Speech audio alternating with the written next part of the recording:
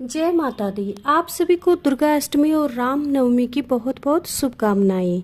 आज की वीडियो में आप जानेंगे कि नवरात्रि की चौकी कैसे और कब उठानी है, विसर्जन कब करना है और सारी सामग्री का क्या करना है जो हमने पूजा में चढ़ाई है, यानी कि चौकी हमें कब उठानी है। सबसे पहले तो हम जान लेते हैं कि नवरात्रि में हमें चौकी कब उठानी है। कुछ लोग पूरे 9 नवरात्रे करने पर 10वें दिन चौकी उठा देते हैं, 10वीं तिथि को चौकी उठाते हैं, जो कि सही तरीका है। पूरे 9 दिन तक माता रानी विराजमान रहनी चाहिए। इसके साथ ही कुछ लोग अष्टमी या नवमी के दिन, जिस दिन भी कन्या पूजन कर देते हैं, कन्या पूजन के बाद चौकी उठा देते हैं। ये भी सही तरीका है, कहीं कहीं पर ऐसा भी होता है। सही तरीका है ये भी एक प्रकार से। तो इन दिनों में जो 9 देवियों की पूजा की जाती है, कन्या पूजन किया जाता है, तो चौकी उस दिन आप उठा सकते हैं कन्या पूजन के बाद। और जैसे ही आपके यहाँ आप पूजा कर लेते हैं या फिर पूजन कर लेते हैं अष्टमी के बाद, जैसे ही आप कन्या पूजन करते हैं तो उसके बाद भी आप चौकी को उठा सकते हैं। यहाँ आपकी अपनी परंपरा है, आप जैसे ही चौकी उठा सकते हैं अपनी परंपरा के मुताबिक। चौकी हमें कैसे उठानी है तो जान लीजिए।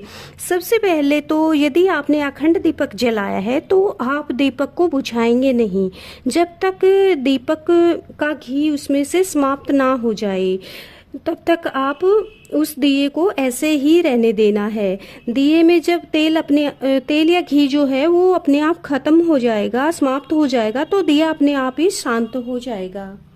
और इसके बाद जो फूल पत्ते, आम के पत्ते हैं, जो कि दिया बाती, धूप बाती या फिर हवन की राख है, उसको एक साथ हमें इकट्ठा कर लेना है, रख लेना है अपने पास में। आप चाहे तो उसको पौधों में भी डाल सकते हैं, हवन की राख को पौधों में डाल सकते हैं, या फिर सब फूल पत्तियां है वो हवन की राख इत्यादि को लेकर आप भूमि विसर्जन कर सकते हैं या फिर जल विसर्जन कर सकते हैं। श्रृंगार की सामग्री है या दक्षिणा है जो अपनी चढ़ाई हुई है वह आप दान कर सकते हैं। श्रृंगार की चीजों में 1-2 चीजें आप माता रानी के आशीर्वाद के रूप में स्वयं रख सकते हैं, बाकी आप दान कर सकते हैं। उसमें से बाकी की चीजें आपको दान करनी है।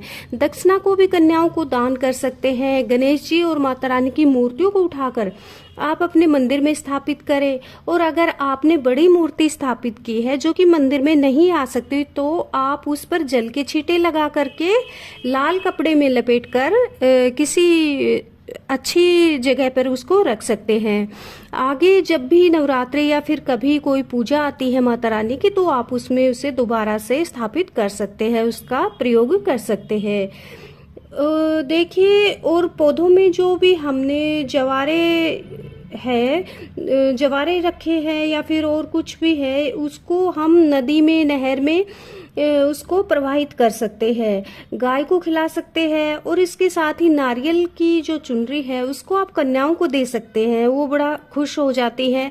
और नारियल है उसको आप उठा करके काट करके उसको आपस में बांट सकते हैं। हमारे यहाँ तो कन्या पूजन के दिन नारियल को काट करके कन्याओं को प्रसाद के रूप में बांट दिया जाता है, और फिर घर के सदस्य हैं उनको भी हम नारियल को बांट सकते हैं। तो इस प्रकार से उसका प्रयोग हो जाता है। इसके साथ ही अगर हम नारियल को कन्याओं को ना दे करके उसको आपस में ना प्रसाद रूप में खाने नहीं में लिया जा सकता है, तो आप ऐसा कर सकते हैं, उस नारियल को आप जल में प्रवाहित कर सकते हैं। तो इसमें आपकी इच्छा है, आपकी इच्छा पर निर्भर करता है कि आप उसका क्या करते हैं। इसके साथ ही जो कलश हमने लिया है उसमें थोड़ा ही जल बचा है, क्योंकि मिट्टी का हमने कलश लिया था। तो सबसे पहले तो इस कलश के जल को लेकर के पूरे घर में छींटे लगा देंगे, और बाकी बचे जल को पौधों में हमें डाल देना है। ये देखिए, हमारे यहाँ तो हम 10वीं तिथि के दिन करते हैं ये सब, और आपकी अपनी परंपरा है, आप अष्टमी पूजन या कन्या पूजन के बाद या नवमी पूजन के बाद कभी भी चौकी उठाते हैं तब उस दिन कर सकते हैं। पौधों को जल से सींचते हुए आपको सुपारी और सिक्का मिलेगा, जो कि हमने कलश स्थापना करी थी तब उस समय हमने कलश में डाला था, हमने सिक्का, सुपारी आदि चीजें डाली थी। तो सुपारी को हमें पूजा में दोबारा प्रयोग कर सकते हैं, उसको उठा के हमें रख लेना, और सिक्का को भी आप अपने पास ही रख सकते हैं। सिक्के को आप किसी अलमारी या फिर तिजोरी इत्यादि में रख सकते हैं। और हल्दी, इलायची, लौंग को जल के साथ, आप पौधों में ही जल के साथ डाल दें। और अब जो आसन हमने बिछाया है उसको भी धो करके रख देंगे। लाल कपड़ा हमने लिया है उसको भी दोबारा से धो करके रख देंगे ताकि दोबारा से वो प्रयोग में ला सके।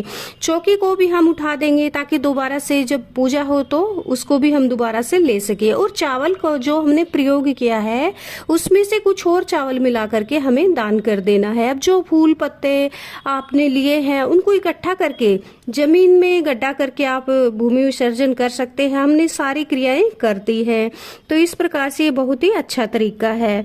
तो इसके बाद जल विसर्जन भी कर सकते हैं आप, प्रकृति को उससे हानि भी नहीं होती है।